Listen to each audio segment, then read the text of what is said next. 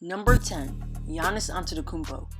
A lot of you may think Giannis is too low on this list, some might think he shouldn't be here at all. And in spite of only being an all-star for about 3 seasons this decade, he's proven himself to be one of the most dominant players in NBA history.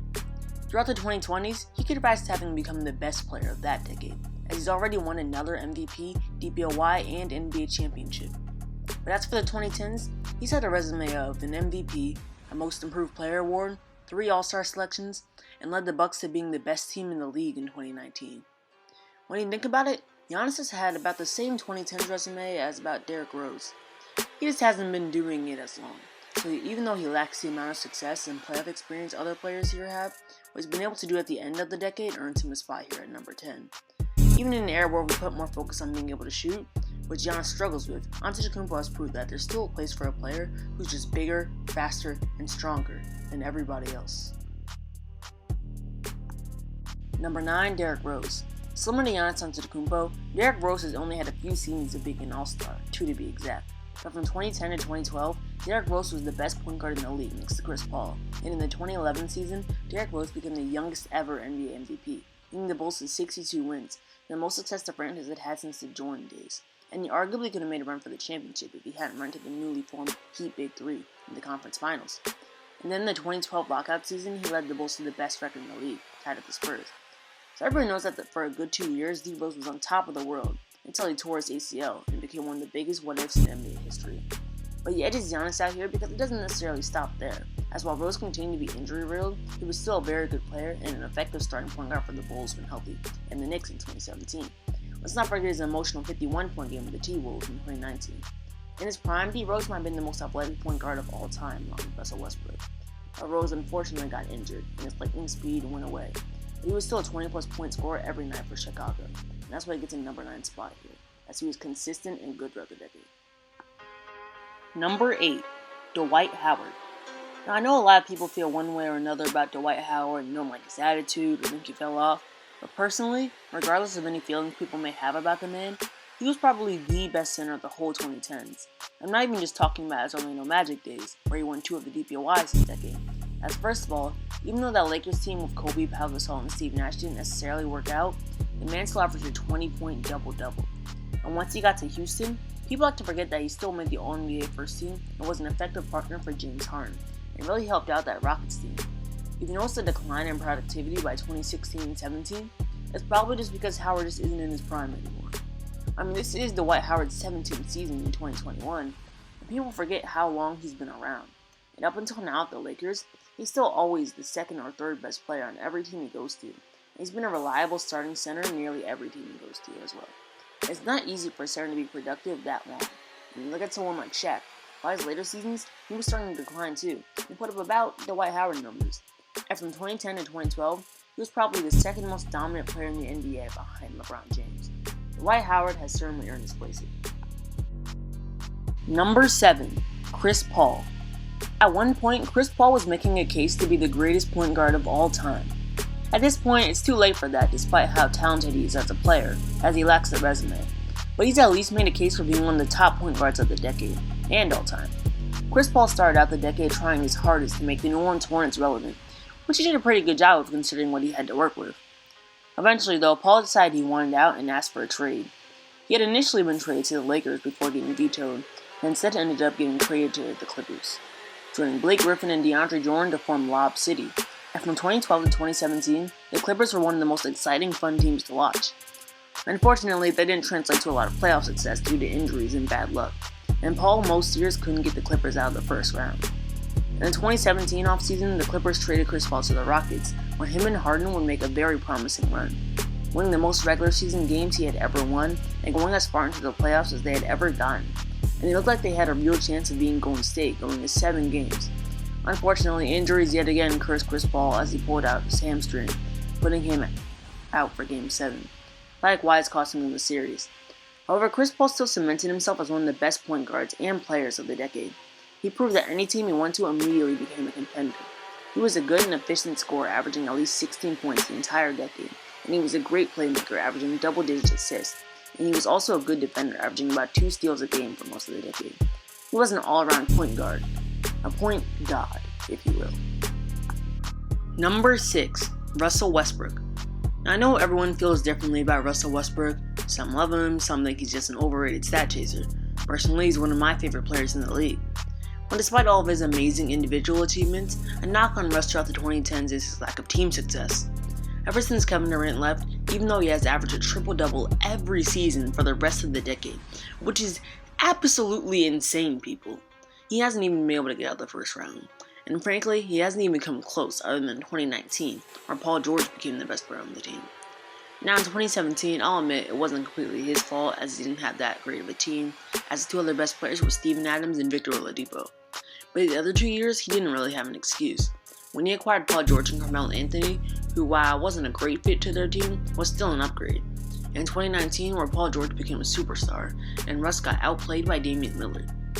But obviously, I can't just hold him to that. To 2011 and 2016, him and Kevin Durant formed arguably the best duo in the NBA, and Westbrook was making the All-NBA first team over players like James Harden. Also, let's look back before 2017. People were saying averaging a triple-double in a season would never happen ever again. This was the main case for Oscar Robertson as one of the greatest ever. Westbrook did it 3 consecutive times. Why do we not appreciate this man? Sure, maybe it didn't happen as organically as we would have liked, but this is still an insane achievement, and people barely seem to care.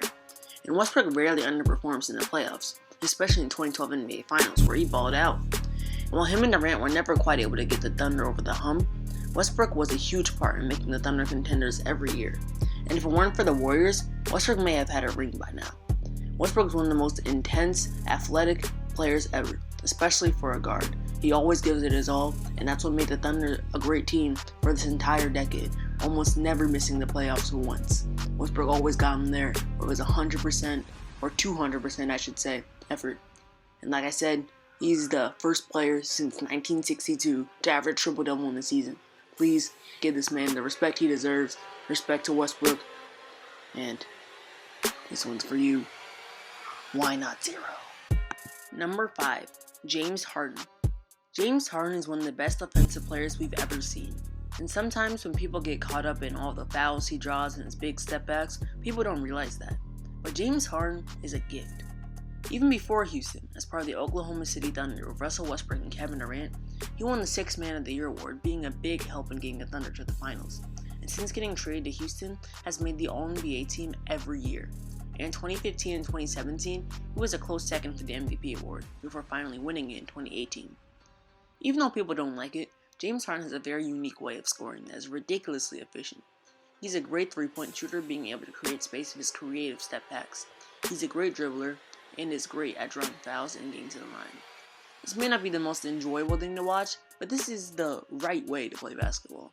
It may not be the flashy type of dominance we like to see, but it's effective dominance. It's like Kareem and Duncan.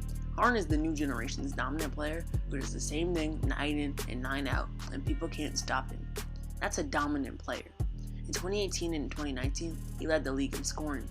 When he led the league in scoring in 2019, he averaged 36 points a game. That's unheard of nowadays, and it's even higher than anything Michael Jordan ever averaged.